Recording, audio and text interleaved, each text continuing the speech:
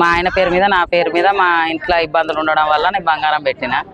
మా ఆయన పేరు మీద పెట్టిన నా పుస్తకాల తాడు పోయింది, నా పేరు మీద పెట్టింది ఉన్నది. అయితే ఆ రోజు మేము వచ్చి అడిగినప్పుడు ఏమన్నారు, మీ బంగారం మీకు మేము ఇస్తామమ్మా కేడెంతో సహా అని చెప్పిళ్ళు.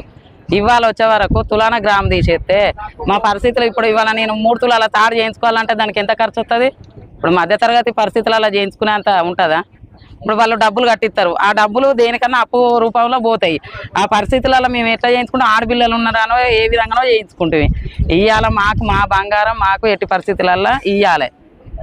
ఇస్తే మేము వాళ్ళ డబ్బులు మాకు డేట్ పెట్టాను, ఈ చేత మేము డబ్బులు ఇస్తాం, ఈ చేతికి బంగారం ఇవ్వను.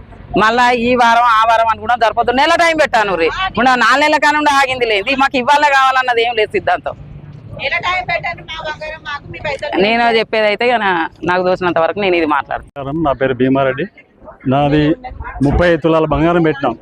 నవంబర్ 18వ తారీఖు పోయింది బంగారం.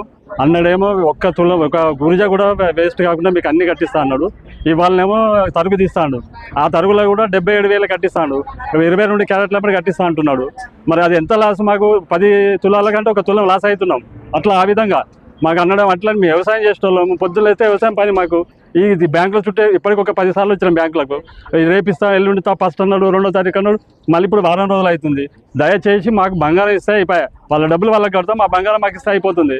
అట్లా ఆ విధంగా ఇస్తే మాకు ఏ విధంగా ఇబ్బంది ఉండదు. మేము వ్యవసాయం చేసి సంపాదించుకున్నాం, ఏదో బిజినెస్ కాదు, లేకుంటే రియల్ ఎస్టేట్ చేయలే, వ్యవసాయం చేసి పంట పండించి బంగారం సంపాదించుకున్నాం. ఆ బంగారం తెచ్చి బ్యాంకులో పెడితే దొంగల పాలు చేసారు. అలా మాదేమైనా తప్పు ఉందా? బ్యాంకు వాళ్ళ నిర్లక్ష్యం, అది మా తప్పు కాదు. అది మా తప్పును వాళ్ళ తప్పును మా మీద మేము ఎంత లాస్ కావాలి? ఎంత బంగారం ఎంత ఎక్కడ పోవు? ఇక్కడ వ్యవసాయం చేసి మళ్ళీ పంటలకు ధరలు లేవు, అదే నిబ్బల పడి నీళ్లు తాగి నిప్పులు తాగి సంపాదించుకున్నాం.